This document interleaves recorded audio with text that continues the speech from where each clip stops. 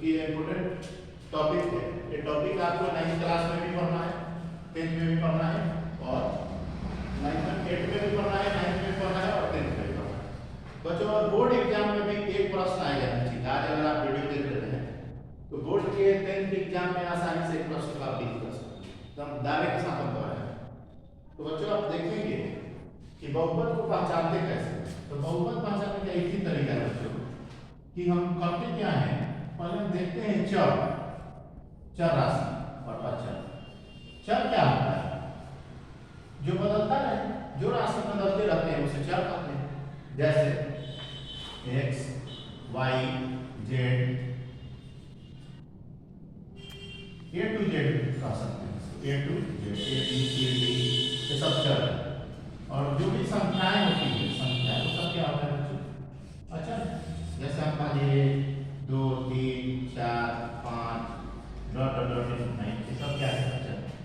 क्योंकि हम अगर कहें कि हमारे पास 1 रुपया है, इसका मतलब क्या है? मीनिंग क्या है? इसका मान हम कुछ भी कह सकते हैं, 5 10 कुछ भी कह सकते हैं। इसलिए चर राशि हमेशा क्या होता रहता है? बदलता है। और अचर राशि क्या होता है? फिक्स रहता है। तो प्यारे बच्चों आप देख सकेंगे कि हमको बहुपद पहचानने के क्या तरीका है कि हमको देखना रहता है कि चर राशि का घात वो पूर्ण संख्या होना चाहिए। अब ये पूर्ण संख्या क्या है? पूर्ण संख्या तो आपको पता है एक संख्या होता था प्राकृतिक संख्या।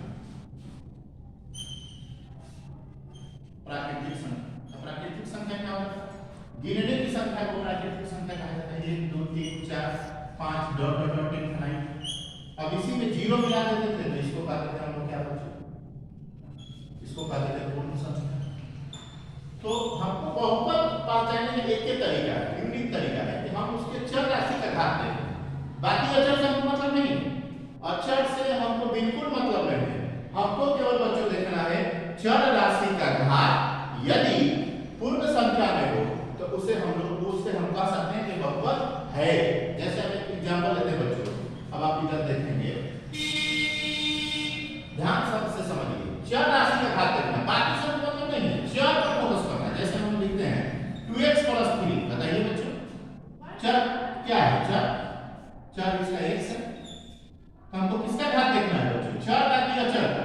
अचर कौन है? बोलो बच्चों, ऐसे लिख देंगे अचर आपका हो गया 2 और 3 हो गया अचर। तो हमको अचर से मतलब नहीं है, इससे मतलब है चर से। तो चर राशि का घात कितना है बच्चों? चर राशि का घात 1 है। तो 1 क्या है बच्चों? देखो 1 पूर्ण संख्या है। 1 पूर्ण संख्या है तो इसका मतलब है कि बहुपद है। तो हमको देखना है केवल कि चर राशि का घात क्या है। अगर चर राशि का घात पूर्ण संख्या है तो बहुपद है। जैसे हम आपको देते हैं एग्जांपल 3x + 2 के पावर -3। बताओ बच्चों बहुपद है कि नहीं? बहुपद है कि नहीं? तो बहुपद है कि नहीं? तो बच्चों कमेंट कीजिए बहुपद है कि नहीं? तो बहुपद है। क्यों? क्योंकि हम देखते हैं चर कौन है? चर राशि कौन है? तो चर राशि x है। चर राशि कौन है? x है। चर राशि बराबर x हो गया। और चर राशि का घात क्या है? चर राशि का घात। चर राशि का घात, चर राशि का घात कितना छिपा हुआ है? यहाँ 1 है। और 1 बताइए तो यहाँ पूर्ण संख्या है। इसलिए बच्चों क्या है यह? चर राशि का घात क्या है? 1 है और 1 पूर्ण संख्या है, इसलिए बहुपद है।